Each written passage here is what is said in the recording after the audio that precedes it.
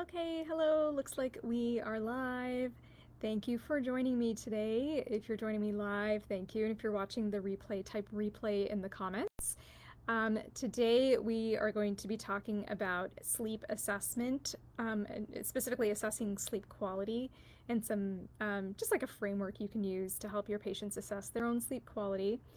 This is Facebook Live number 24. It's May 28th. And if we haven't met, I'm Dr. Nishi Bhopal. I'm an integrative psychiatrist and board-certified sleep medicine physician. And I'm just going live talking about different tips for you as a physician or health practitioner to use in your practice if you're supporting patients who have sleep issues, which is probably all of you because 100% of our patients have to sleep. So if you are joining me, let me know where you're joining me from, what your specialty is, and if there's any specific questions or challenges that you see with regard to sleep in your practice. So we're just going to do a quick overview of this framework. So the thing with sleep quality is that there isn't actually a clear definition of what entails good sleep quality.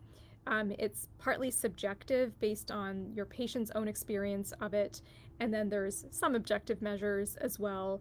And so the World Sleep Society has proposed this framework, which is just like a set of 6 items to go through to assess sleep quality. And so I'll just share what they are. You may have seen this going around social media. I think Matt Walker talked about this on Andrew Huberman's podcast, the QQRT framework. There's actually 2 elements that are missing from it. So I'm going to talk about QQRT-EA. So QQRT-EA. These are the 6 elements as recommended by the World Sleep Society to assess sleep. Okay, so what do these stand for? Quality, quantity, regularity, timing, efficiency, and alertness. So quality is subjective sleep quality. So, does your patient, how do they feel about their sleep quality? How would they rate it? Sometimes what I'll do is I'll just have them rate themselves on a 1 to 5 Likert scale. So, 1 being the worst, 5 being the best. How do you rate your sleep quality? The next is quantity. So are they getting enough sleep for their basal sleep needs? Remember, most adults need somewhere between 7 to 9 hours of sleep. This is going to vary from person to person. It's like your shoe size. So someone might wear a size 8.5, someone else wears a size 7, right? So are they getting good and sufficient sleep quantity for their baseline sleep needs? They can rate themselves 1 to 5, or you can help them rate. Then R stands for regularity. So are they sleeping at regular times? So regularity in terms of their wake time and their sleep onset time. Do they have a consistent sleep schedule? So again, they can rate themselves on that. T is for timing. So timing is a little bit different than regularity because timing refers to, are you sleeping in your sleep zone that's aligned with your what your optimal sleep times are? So for example, if someone maybe they're getting enough sleep but they're sleeping at odd times, that's not optimal, right? So you want to assess their circadian rhythm in this category. So that's T for timing.